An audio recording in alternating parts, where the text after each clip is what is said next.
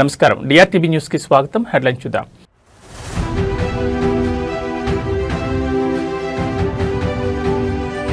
పొరపోరు ముగిసిన ఆగని వేట, మున్సిపల్ పీఠం కోసం మొదలైన రిసార్ట్ రాజకీయం.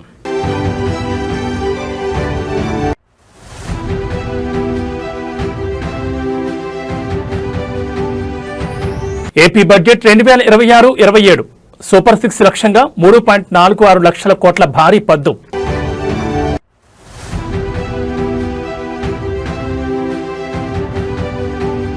మళ్లీ పెరిగిన బంగారం ధరలు, కొనుగోలుదారుల ఆశలపై నీళ్లు చల్లిన అంతర్జాతీయ మార్కెట్లు.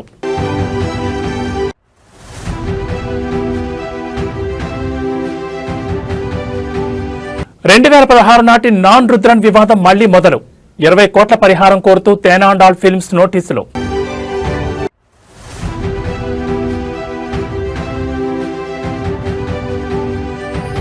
తెలుగు రాష్ట్రాల్లో హాయినిస్తున్న వాతావరణం, ఎండల తీవ్రత లేదు, వానల ఇబ్బంది అంతకన్నా లేదు. తెలంగాణ రాష్ట్ర వ్యాప్తంగా మున్సిపల్ ఎన్నికల ఫలితాలు వెలువడడంతో ఇప్పుడు రాజకీయం మలుపులు తిరుగుతోంది. ఓట్ల లెక్కింపు ముగిసినా పీఠం దక్కించుకునే వేట మాత్రం ఆగలేదు. ఎక్కడ చూసినా ఒకటే చర్చ, క్యాంప్ పాలిటిక్స్. గెలిచిన కౌన్సిలర్లు చేజారిపోకుండా ప్రధాన పార్టీలు రక్షణ వలయాన్ని ఏర్పాటు చేశాయి. రాష్ట్రంలో మున్సిపల్ ఫలితాలు ఏ పార్టీకి స్పష్టమైన మెజార్టీ ఇవ్వని చోట కింగ్ మేకర్లుగా మారిన స్వతంత్ర అభ్యర్థుల కోసం వేట మొదలైంది. గెలిచిన అభ్యర్థులను తమ వైపు తిప్పుకునేందుకు ప్రధాన పార్టీలు వ్యూహాలకు పదును పెడుతున్నాయి. ఫలితాలు రాగానే గెలిచిన కౌన్సిలర్లను హోటాహుటిన రిసార్ట్లకు, పొరుగు రాష్ట్రాలకు తరలిస్తున్నాయి. పార్టీలు ఫోన్లకు కూడా దొరకకుండా కట్టుదిట్టమైన జాగ్రత్తలు తీసుకుంటున్నారు.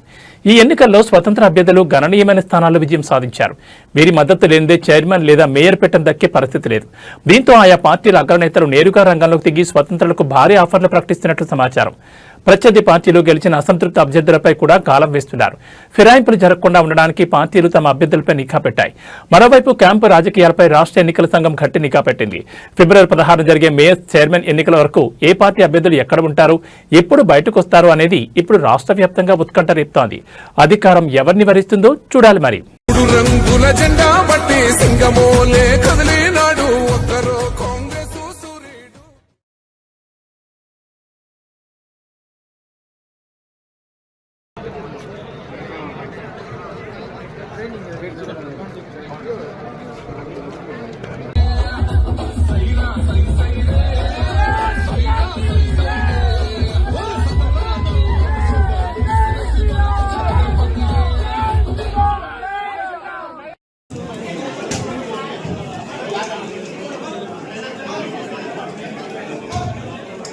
రాష్ట్ర రాజకీయం ఇప్పుడు సచివాలయం నుంచి ముఖ్యమంత్రి నివాసానికి మారింది. మున్సిపల్ ఎన్నికల ఫలితాలు వెలువడిన వేళ రాష్ట్ర మంత్రివర్గం నేడు అనధికారికంగా సమావేశం కానుంది. గెలుపోటములపై లోతైన విశ్లేషణతో పాటు ప్రజలు ఇచ్చిన తీర్పు ఆధారంగా రాబోయే అభివృద్ధి పథకాలకు ఈ భేటీలో రూపకల్పన చేయనున్నారు. అసలు ఈ సమావేశం వెనుక ఉన్న ప్రధాన ఎజెండా ఏమిటి? మున్సిపల్ రిజల్ట్స్ కేబినెట్ నిర్ణయాలు ఎలా ప్రభావితం చేయబోతున్నాయి? ముఖ్యమంత్రి అధ్యక్షతన జరగనున్న ఈ కీలక భేటీలో ప్రధానంగా 3 అంశాలు చర్చకు రానున్నాయి. రాష్ట్ర వ్యాప్తంగా మున్సిపల్ ఫలితాల్లో పార్టీ పనితీరుపై సీఎం సమీక్షించనున్నారు.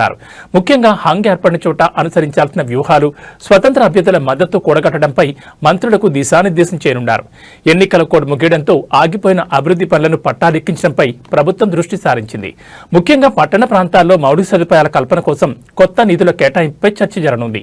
ప్రజలు ఏ అంశాల ఆధారంగా ఓటు వేశారనే దానిపై నివేదికలను పరిశీలించి రాబోయే రోజుల్లో సంక్షేమ పథకాల్లో చేయాల్సిన మార్పులపై కేబినెట్ నిర్ణయం తీసుకోనుంది. కేవలం రాజకీయాలే కాకుండా రాష్ట్ర ఆర్థిక పరిస్థితి మరియు పెండింగ్ లో ఉన్న కీలక ప్రాజెక్టుపై కూడా ఈ అనధికారిక భేటీలో చర్చించే అవకాశం ఉంది. ఈ సమావేశం ముగిసిన తర్వాత ముఖ్యమంత్రి మీడియా ముందుకు వచ్చే అవకాశం కనిపిస్తోంది. మరి కేబినెట్ భేటీ తర్వాత వెలువడి ఆ కీలక నిర్ణయాలు ఏంటో తెలుసుకోవాలంటే మనం వేచి చూడాల్సిందే.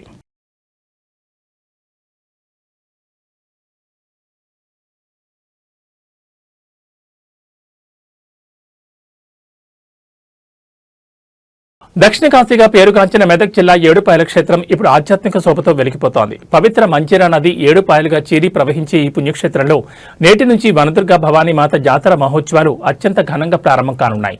మహాశివరాత్రి పర్వదినాన్ని పురస్కరించుకుని 3 రోజుల పాటు జరిగే ఈ వేడుకలకు అప్పుడే భక్తజనం పోటెత్తుతోంది. నేటి తెల్లవారుజాము నుంచి అమ్మవారికి ప్రత్యేక అభిషేకాలు, అలంకరణలు నిర్వహిస్తున్నారు.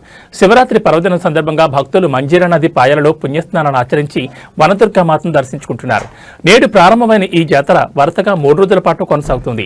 రెండవ రోజున రథోత్సవం, మూడవ రోజున బండ్ల ఊరేగింపు వంటి కార్యక్రమాలను భక్తులు విశేషంగా ఆకట్టుకోనున్నాయి. లక్షలాదిగా తరలివచ్చే భక్తుల కోసం ప్రభుత్వం మరియు దేవస్థానం కమిటీ భారీ ఏర్పాట్లు చేసింది. త్రాగునీరు, ప్రత్యేక క్యూ లైన్లు, వైద్య శిబిరాలతో పాటు మంజీరా నది వద్ద గజ ఈతగాళ్లను కూడా అందుబాటులో ఉంచారు. రవాణా సౌకర్యం కోసం ఆర్టీసీ ప్రత్యేక బస్సులు నడుపుతోంది. ప్రకృతి బడిలో పారే నది మధ్య కొలువైన వనదుర్గ భవానీని దర్శించుకునేందుకు తెలుగు రాష్ట్రాల నుంచే కాకుండా పొరుగున ఉన్న కర్ణాటక, మహారాష్ట్రాల నుంచి కూడా భక్తులు తరలివస్తున్నారు.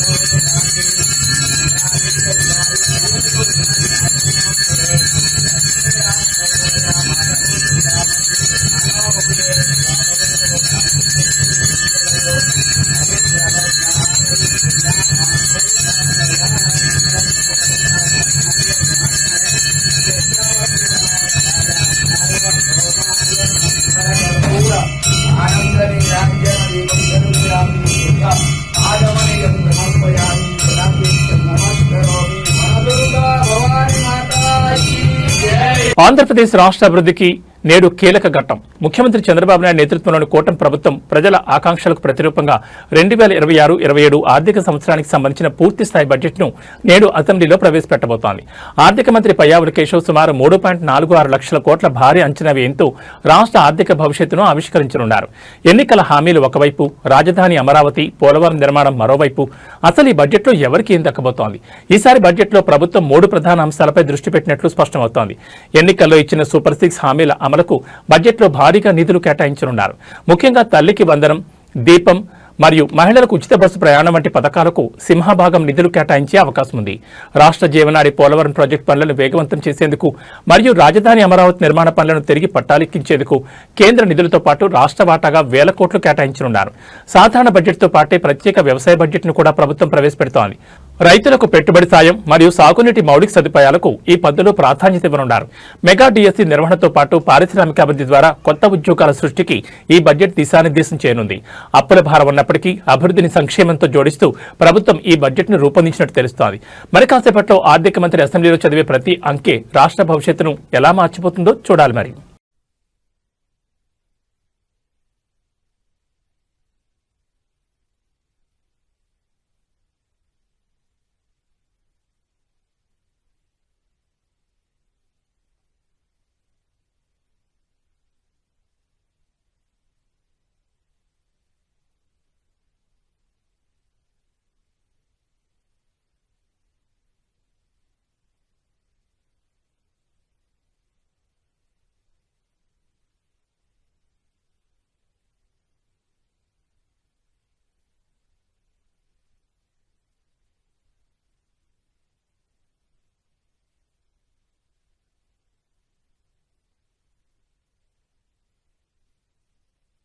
విశాఖ సాగర్ తీరం ఇప్పుడు యుద్ధక్షేత్రాన్ని తలపిస్తోంది. నీలి రంగుల అలలపైన భారత నౌకాదళం తన విశ్వరూపాన్ని ప్రదర్శిస్తోంది. త్వరలో జరగనున్న ప్రతిష్టాత్మక ఇంటర్నేషనల్ ఫ్లీట్ రివ్యూ కోసం విశాఖ తీరం సర్వం సిద్ధమైంది. సముద్ర గర్భం నుంచి శత్రువుల గుండెల్లో వణుకు పుట్టించేలా భారత నేవీ చేస్తున్న విన్యాసాలు ఇప్పుడు ప్రపంచ దేశాల దృష్టిని ఆకర్షిస్తున్నాయి. ఆకాశంలో యుద్ధ విమానాల విన్యాసాలు, సముద్రంలో యుద్ధ నౌకల కవాతు, ఈ సన్నాహక విన్యాసాల్లో భారత నౌకాదళం తన అమ్ముల పొదిలోని అత్యాధునిక ఆయుధ సంపత్తిని ప్రదర్శిస్తోంది. MiG-29K యుద్ధ విమానాలు ఆకాశంలో విన్యాసాలు చేస్తూ చేస్తూ అతి తక్కువ ఎత్తులో ప్రయాణించడం పర్యాటకులను అబ్బురపరుస్తోంది. అలాగే ధ్రువ్ మరియు చేతక్ హెలికాప్టర్లు సాగరంపై విన్యాసాలు చేస్తూ రక్షణ దళాల సత్తాను చాటుతున్నాయి. ఐఎన్ఎస్ విక్రాంత్ వంటి విమాన వాహక నౌకలతో పాటు విధ్వంసక నౌకలు, జలాంతర్గాములు ఈ రిహార్సల్లో పాల్గొంటున్నాయి. సముద్రంలో యుద్ధం సంభవిస్తే శత్రువులను ఎలా ఎదుర్కోవాలో ప్రదర్శిస్తున్న దృశ్యాలు రోమాంచితంగా ఉన్నాయి. మార్కోస్ కమాండోలు హెలికాప్టర్ల నుంచి సముద్రంలోకి దూకడం, సముద్ర మార్గంలో ఉగ్రవాద దాడులను తిప్పికొట్టే విన్యాసాలు ప్రత్యేక ఆకర్షణగా నిలుస్తున్నాయి. అంతర్జాతీయ ఫ్లీట్ రివ్యూ కోసం వివిధ దేశాల నుంచి యుద్ధ నౌకలు విశాఖకు చేరుకోనున్నాయి. ఈ నేపథ్యంలో నగరమంతా కట్టుదిట్టమైన భద్రతను ఏర్పాటు చేశారు.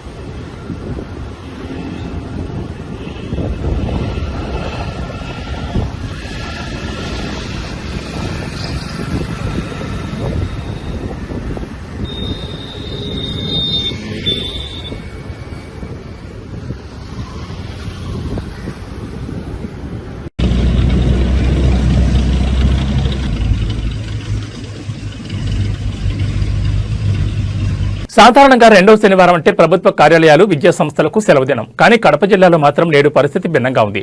జిల్లా వ్యాప్తంగా పాఠశాలలన్నీ నేడు యథావిధిగా నడుస్తున్నాయి. విద్యార్థుల కేరింతలు, పాఠాల సందడితో తరగతి గదులు కళకళలాడుతున్నాయి. అసలు సెలవు రోజును కూడా పాఠశాలలు ఎందుకు తెరిచారు? దీని వెనుక ఉన్న కారణాలేంటి? కడప జిల్లాలో నేడు పాఠశాలలు పనిచేయడానికి ప్రధాన కారణం గతంలో ప్రకృతి సృష్టించిన ఆటంకాలను అధిగమించడమే. గత కొన్ని వారాల క్రితం కురిసిన భారీ వర్షాలు, తుఫాన్ ప్రభావంతో జిల్లాలో విద్యా సంస్థలకు వరుసగా సెలవులు ప్రకటించాల్సి వచ్చింది. దీనివల్ల విద్యా సంవత్సరం ప్రణాళికలు పనిదినాలు తగ్గిపోయాయి.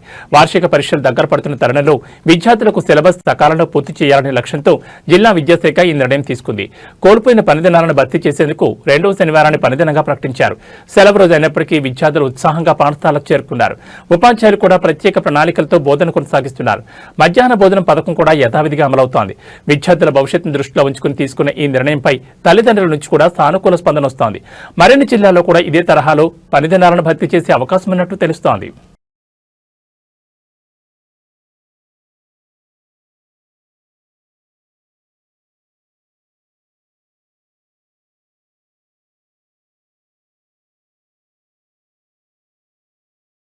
నేడు ఫిబ్రవరి 14. ప్రపంచమంతా ప్రేమికుల రోజు వేడుకల్లో ఉంటే భారతదేశం మాత్రం కంటతడి పెడుతూ తన వీరపుత్రులను స్మరించుకుంటోంది. సరిగ్గా 7 ఏళ్ల క్రితం ఇదే రోజున పుల్వామాలో జరిగిన హేయమైన ఉగ్రదాడిలో 40 మంది సిఆర్పీఎఫ్ జవాన్లు వీరమరణం పొందారు. ఆ రక్తం చిందిన నేల, ఆ గుండెలు ఆగిపోయిన క్షణం నేటికి ప్రతి భారతీయుడి గుండెల్లో మంటగా మిగిలే ఉంది. నేడు దేశవ్యాప్తంగా ఆ అమరవీరులకు ఘనంగా నివాళులర్పిస్తున్నారు. 7 ఏళ్లు గడిచినా ఆ గాయం ఇంకా పచ్చిగానే ఉంది. దేశ రక్షణ కోసం ప్రాణాలర్పించిన ఆ 40 మంది వీరులను యావత్ భారతం స్మరించుకుంటోంది. ప్రధానమంత్రి నరేంద్ర మోడీ సోషల్ మీడియా వేదికగా అమర జవాన్లకు నివాళులర్పించారు. వారి త్యాగం ప్రతి భారతీయుడికి స్ఫూర్తిదాయకమని, దేశం వారిని ఎప్పటికీ మరిచిపోదని కొనియాడారు. ఢిల్లీలోని నేషనల్ వార్ మెమోరియల్ నుంచి గల్లీలోని చిన్న పాఠశాలల వరకు ప్రతి చోట మౌనం పాటించి కొవ్వొత్తులు వెలిగించి అమరవీరులకు జైత్యయాత్రలు నిర్వహిస్తున్నారు. శ్రీనగర్లోని లేత్పోరా క్యాంప్ వద్ద సిఆర్పీఎఫ్ అధికారులు ప్రత్యేకంగా స్మారక వేడుకలు నిర్వహించారు. తమ సహచరుల త్యాగానికి చిహ్నంగా గాలిలోకి తుపాకులు పేల్చి గౌరవవందనం సమర్పించారు. వారు లేరు, కానీ వారి త్యాగం అమరం. ఆ తల్లుల కన్నీళ్లు, ఆ కుటుంబాల వేదన భారతీయులందరినీ ఒక్కటి చేశాయి. సరిహద్దుల్లో కాపలా కాస్తున్న ప్రతి జవాన్కు, దేశం కోసం ప్రాణాలర్పించిన ప్రతి వీరుడికి మనం కూడా సాల్యూట్ చేద్దాం.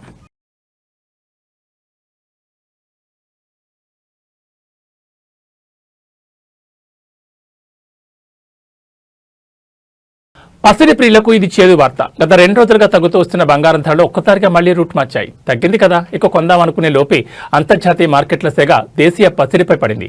నేడు బంగారం వెండి ధరలు మళ్లీ పెరగడంతో సామాన్యులు బెంబేలెత్తిపోతున్నారు. అసలు ధరలు ఎంత పెరిగాయి? ఈ పెరుగుదల వెనుక ఉన్న అంతర్జాతీయ కారణాలేంటి? దేశీయ మార్కెట్లలో 10 గ్రాముల 24 క్యారెట్ల బంగారం ధర సుమారు 400 నుంచి 600 వరకు పెరిగింది. అలాగే ఆభరణాల తయారీలో వాడే 22 క్యారెట్ల బంగారం ధర కూడా స్వల్పంగా పైకి కదిలింది. బంగారం బాటలోని వెండి కూడా పయనిస్తోంది. కిలో వెండి ధరపై సుమారు 800 నుంచి 1000 రూపాయల వరకు పెరగడం కొనుగోలుదారులను నిరాశకు గురిచేసింది. అంతర్జాతీయంగా అమెరికా డాలర్ విలువలో మార్పులు, భౌగోళిక రాజకీయ ఉద్రిక్తతలు మరియు ఇన్వెస్టర్లు సురక్షిత సాధారణమైన బంగారంపై పెట్టుబడి పెట్టడం వల్ల ఈ పెరుగుదల కనిపిస్తోందని విశ్లేషకులు చెబుతున్నారు. ముందు ముందు పెళ్లిళ్ల సీజన్ ప్రారంభం కానున్న నేపథ్యంలో ఈ ధరల పెరుగుదల మధ్యతరగతి ప్రజలకు భారంగా మారేలా ఉంది. ధరలు ఇంకా పెరుగుతాయా లేక తగ్గే అవకాశం ఉందా అనే ఉత్కంఠ మార్కెట్ వర్గాల్లో నెలకొంది.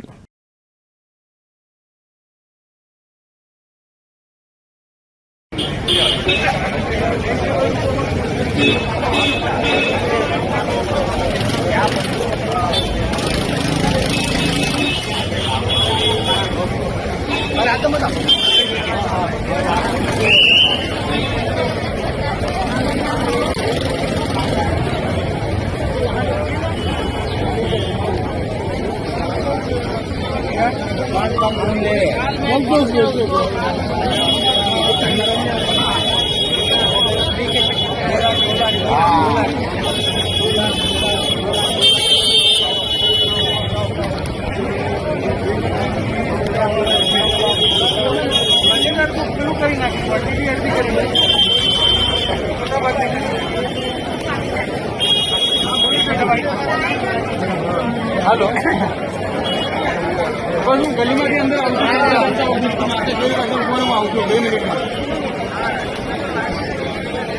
टू व्हीलर तो मेरे दोस्तों ने क्या मुकेलू है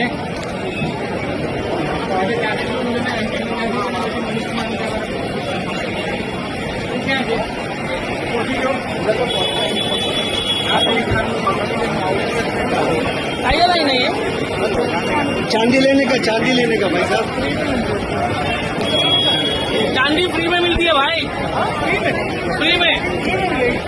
हाँ नारायण భారత ప్రధాని నరేంద్ర మోడీ అస్సాం పర్యటనకు వెళ్తున్నారు. ఈశాన్య రాష్ట్రాల ముఖ చిత్రాన్ని మార్చే దిశగా మరో భారీ ముందడుగు పడబోతోంది. సుమారు 5450 కోట్ల విలువైన వివిధ మౌలిక సదుపాయాల ప్రాజెక్టులను ప్రధాని నేడు జాతికి అంకితం చేయనున్నారు. అష్టలక్ష్మిలుగా పిలిచే ఈశాన్య రాష్ట్రాలను దేశాభివృద్ధికి ఇంజన్లుగా మార్చాలన్న లక్ష్యంతో సాగుతున్న ఈ పర్యటన విశేషాలు తెలుసుకుందాం. అస్సాం అభివృద్ధిలో నేడు ఒక చారిత్రాత్మక రోజుగా నెలకొంది. 5450 కోట్లతో నిర్మించిన కీలకమైన రైల్వే లైన్లు, జాతీయ రహదారులు మరియు గ్యాస్ పైప్లైన్ ప్రాజెక్టులను ప్రధాని ప్రారంభించనున్నారు. ఇది ఈ ప్రాంతంలో రవాణా వ్యవస్థను మరింత సులభతరం చేయనుంది.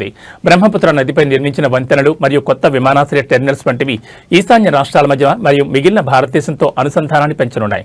ఈ ప్రాజెక్టుల ద్వారా స్థానికంగా వేలాది మందికి ఉపాధి అవకాశాలు లభించడమే కాకుండా పర్యాటక రంగం కూడా పుంజుకుంటుందని నిపుణులు విశ్లేషిస్తున్నారు. ప్రాజెక్టుల ప్రారంభోత్సవం అనంతరం ప్రధాని ఒక భారీ బహిరంగ సభలో ప్రసంగించనున్నారు. ఈ సందర్భంగా లుక్ ఈస్ట్ పాలసీ నుంచి యాక్ట్ ఈస్ట్ పాలసీ వరకు ప్రభుత్వం సాధించిన విజయాలను ఆయన వివరించనున్నారు. ఈశాన్య భారతంపై కేంద్ర ప్రభుత్వం ప్రత్యేక దృష్టి సారించిన తరుణంలో ప్రధాని తాజా పర్యటన అత్యంత ప్రాధాన్యతను సంతరించుకుంది. साथियों, हमारी संस्कृति कहती है हर शुभ कार्य से पहले स्वस्ति वाचन, मंगल की कामना, शुभ का संकल्प, वेद का मंत्र हमें दिशा देता है। आनो भद्राः क्रतवो यन्तु विश्वतः, अर्थात कल्याणकारी विचार हर दिशा से हम तक आते रहें, यही इस भवन की आत्मा होनी चाहिए। भारत के महान लोकतंत्र में जनता के विचार ही हमारी शक्ति है। जनता के सपने ही हमारी पूंजी है। जनता की अपेक्षाएं हमारी प्राथमिकता है। जनता की आकांक्षाएं ही हमारा मार्गदर्शन है। इन भावनाओं और इस भवन के बीच कोई दीवार नहीं होनी चाहिए, कोई दूरी नहीं होनी चाहिए। जब आप जनता के सपनों को समझेंगे तभी नीतियां जीवंत होगी। जब आप जनता की आकांक्षाओं को महसूस करेंगे तभी निर्णय प्रभावी होंगे। पिछले 11 वर्षों में हमने गवर्नेंस का एक नया मॉडल देखा है, एक ऐसा मॉडल जहां निर्णय का केंद्र भारत का नागरिक है। नागरिक देवो भव ये केवल वाक्य नहीं है, ये हमारी कार्य संस्कृति है। इसे आत्मसात कर आपको इन नए भवनों में प्रवेश करना है। Kollywood poster star national award winner Dhanush ఇప్పుడు లీగల్ చిక్కుల్లో చిక్కున్నారు. ఒకవైపు వరుస సినిమాలతో బిజీగా ఉన్న ధనుష్ కు ప్రముఖ నిర్మాణ సంస్థ తేనాండాల్ ఫిల్మ్స్ నుంచి గట్టి షాక్ తగిలింది. గతంలో కుదుర్చుకున్న ఒప్పందాన్ని ఉల్లంఘించారంటూ ఆ సంస్థ ఆయనకు లీగల్ నోటీసులు జారీ చేసింది.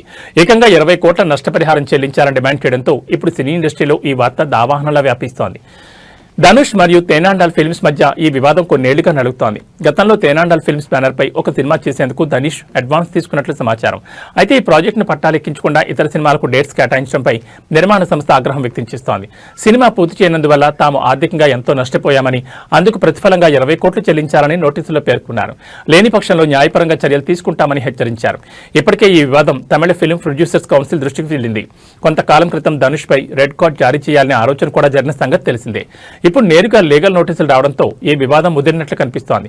మరోవైపు ఈ నోటీసులపై ధనుష్ టీం ఇంకా అధికారికంగా స్పందించలేదు. అడ్వాన్స్ తిరిగి ఇచ్చేస్తారా లేక ఆ సంస్థకు సినిమా చేసి పెడతారా అనేది ఇప్పుడు సస్పెన్స్ గా మారింది. ఏది ఏమైనా ఈ లీగల్ వార్ ధనుష్ కెరీర్ పై ఎలాంటి ప్రభావం చూపుతుందో చూడాలి మరి.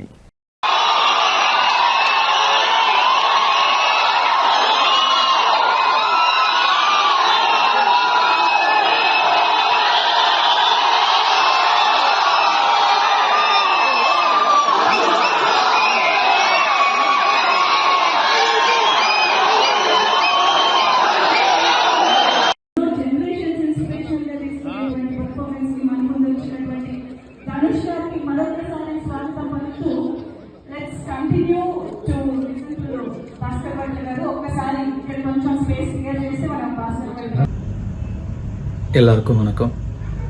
ராயனுக்கு அப்புறம் நான் டைரக்ட் பண்ண படம் நிலவுக்கு என் மேல் என்னடி கோபம் நாளைக்கு ரிலீஸ் ஆகுது. இந்த படத்தை எடுக்கும்போது நாங்கள் எந்த அளவுக்கு என்ஜாய் பண்ணி சந்தோஷமாக ஜாலியாக எடுத்தோமோ அதை பார்க்கும்போது நீங்களும் அந்த அளவுக்கு என்ஜாய் பண்ணுவீங்கன்னு நான் நம்புகிறேன். இந்த படத்தில் நடிச்சிருக்கிற இளைஞர்கள் அத்தனை பேரும் அவங்களுடைய எதிர்காலத்தை நோக்கி பார்த்து காத்துட்ருக்காங்க. கண்ணில் நிறைய கனவுகளோட. அந்த கனவுகள் எல்லாமே நிறைவேறணும் நான் கடவுளை வேண்டிக்கிறேன். அந்த இடத்துல நான் இருந்திருக்கேன். அந்த ஃபீலிங் என்னன்னு எனக்கு நல்லா தெரியும். I wish them all the best. மீக் ఫ్రమ్ టుమారో. ఓం నమః శివాయ. క్రికెట్ అభిమానులు కళ్లు కాయలు కాసేలు ఎదురు చూస్తున్న ఆ మహాసమరం రానే వచ్చింది. రేపు ఫిబ్రవరి 15 కొలంబో వేదికగా భారత్ పాకిస్తాన్ జట్ల మధ్య టీ20 ప్రపంచ కప్ హై వోల్టేజ్ మ్యాచ్ జరగనుంది. పిచ్పై బ్యాట్లకు బంతులకు మధ్య యుద్ధం జరగకముందే సోషల్ మీడియాలో అప్పుడే ఫ్యాన్స్ వార్ మొదలైపోయింది. అయితే ఈ మెగా ఫైట్ కు వరుణుడు విలన్గా మారబోతున్నాడా? అసలు వాతావరణ శాఖ రిపోర్ట్ ఏం చెప్తోంది? కొలంబోలోని ప్రేమదాస స్టేడియం ఈ చారిత్రాత్మక పోరుకు ఆతిథ్యం ఇస్తోంది. టీ20 వరల్డ్ కప్ లో భారత్ తన ఆధిపత్యాన్ని కొనసాగించాలని చూస్తుంటే పాక్ ఈసారి ఎలాగైనా గెలవాలని పట్టుదలతోంది. Rohit Sharma batting power, Pak bowling attack మధ్య పోటీ హోరాహోరీగా ఉండనుంది. క్రికెట్ ఫ్యాన్స్ ను కలవరపెడుతున్న అంశం వాతావరణం. రేపు కొలంబోలో భారీ వర్షం కురిసే అవకాశం ఉందని వాతావరణ శాఖ హెచ్చరించింది. ఆకాశం మేఘావృతమై ఉంటుందని, మ్యాచ్ సమయానికి వర్షం పడే ఛాన్స్ 60 నుంచి 70% వరకు ఉందని నివేదికలు చెప్తున్నాయి. ఒకవేళ వర్షం కారణంగా మ్యాచ్ ఆగిపోతే కనీసం 5 ఓవర్ల మ్యాచ్నైనా నిర్వహించేందుకు అంపైర్లు ప్రయత్నిస్తారు. అది కూడా సాధ్యం కాకపోతే పాయింట్లను పంచుకోవాల్సి వస్తుంది. అయితే ఈ కీలక మ్యాచ్ కు రిజర్వ్ డే ఉందా లేదా అన్నది ఐసీసీ ఇంకా స్పష్టం చేయాల్సింది. వర్షం పడకూడదని, 40 ఓవర్ల పూర్తి ఆటను ఆస్వాదించాలని కోట్లాది మంది భారతీయులు ప్రార్థనలు చేస్తున్నారు. ఏది ఏమైనా భారత్ పాక్ మ్యాచ్ అంటే కేవలం ఆట మాత్రమే కాదు, అదొక ఎమోషన్. మరి రేపు కొలంబోలో త్రివర్ణ పతాకం రెపరెపలాడుతుందో లేదో మరి.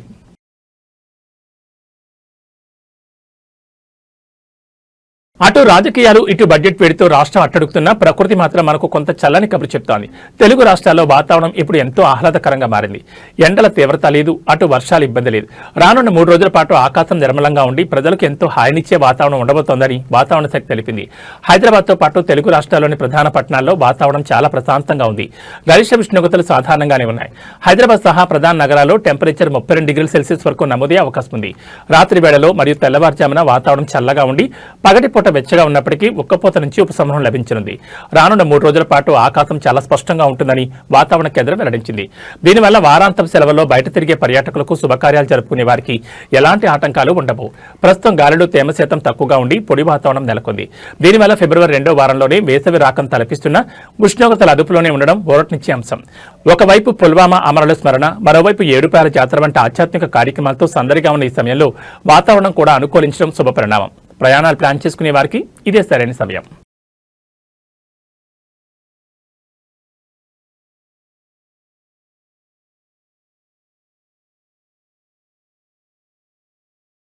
ఇక బులెటిన్ ముగించే ముందు హెడ్లైన్స్ మరోసారి.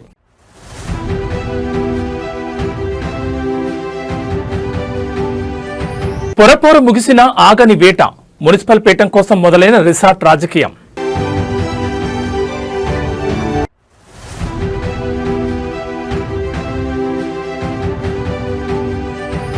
ఏపీ బడ్జెట్ 2026-27 సూపర్ 6 లక్ష్యంగా 3.46 లక్షల కోట్ల భారీ పద్దు.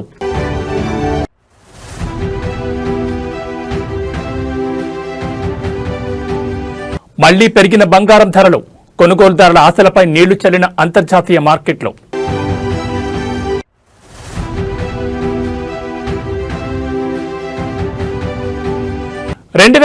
నాటి నాన్ రుద్రన్ వివాదం మళ్లీ మొదలు. 20 కోట్ల పరిహారం కోరుతూ తేనాండాల్ ఫిల్మ్స్ నోటీసులు.